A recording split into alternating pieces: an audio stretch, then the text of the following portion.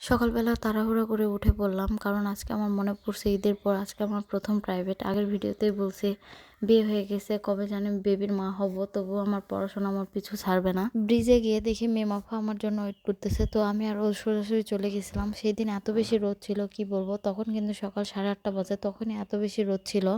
এই তো আমি অবশেষে প্রাইভেটের দিকে চলে আসলাম। গিয়ে দেখি ওরা স্যারের জন্য ওয়েট করতেছিল। স্যার আরেক ব্যাচ পড়াচ্ছিল, তো ওরা সবাই মিলে অনেক বেশি গল্প করতেছিল। অবশেষে স্যারের পড়ানো শেষ হয়েছে, আমরাও ভিতরে গেলাম।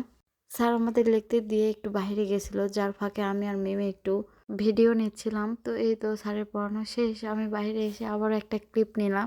আমার কিছু গজ কাপড় লাগতো, যেটার জন্য গজ কাপড়ের দোকানে গেছিলাম। ওইখান থেকে সরাসরি বাসায় আসি। বাসায় এসে আমার শাশুড়ি আম্মু আমার হাতে লাউ চচ্চড়ি খাবে, যার জন্য আমি চচ্চড়িটা মাখাই দিচ্ছিলাম।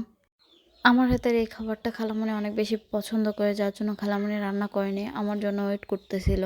আমার শাশুড়িকে কিন্তু আমি খালামণি বলি, যার জন্য খালামণি বলতেছে ভিডিওতে, আপনারা কিছু আবার ভাববেন না যে শাশুড়ির পরিবর্তে আবার খালামণি কেমনে হলো, এটা না ভাববেন।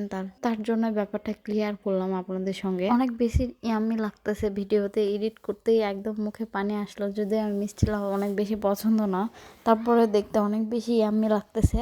এই তো অবশেষে তরকারিটা মাখাই দিলাম। মাখাই দিতে দিতে মনে পড়লো আজকে আমি বিছানা উঠাইতেই ভুলে গেছি তাড়াহুড়ার কারণে। তো চটজলদি বিছানাটাও জাদু দিয়ে একদম গোছাই ফেললাম, দেখেন একদম জাদু দিয়ে। সবাই ভালো থাকবেন, সুস্থ থাকবেন। নেক্সট কোনো ব্লগে আবারও আপনাদের সঙ্গে দেখা হবে। আর আমার ব্লগটি যদি ভালো লেগে থাকে অবশ্যই ফলো দিয়ে পাশে থাকবেন। আল্লাহ হাফেজ।